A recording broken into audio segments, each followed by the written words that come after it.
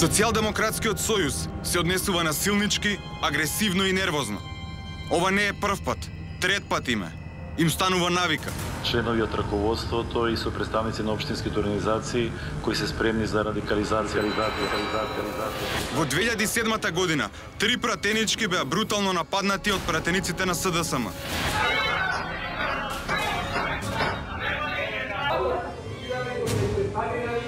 Не можам да излезам, не ме пуштам.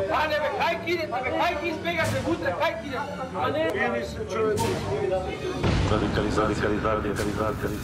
Во 2008 година СДСМ ги нападна полициските службеници пред Основниот суд во Скопје.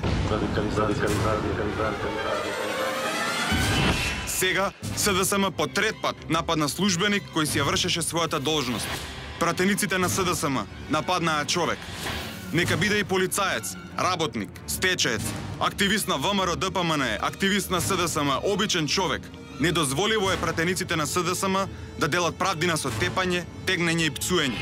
Кој им го дал правото на функционерите на СДСМ физички да се пресметуваат со граѓаните?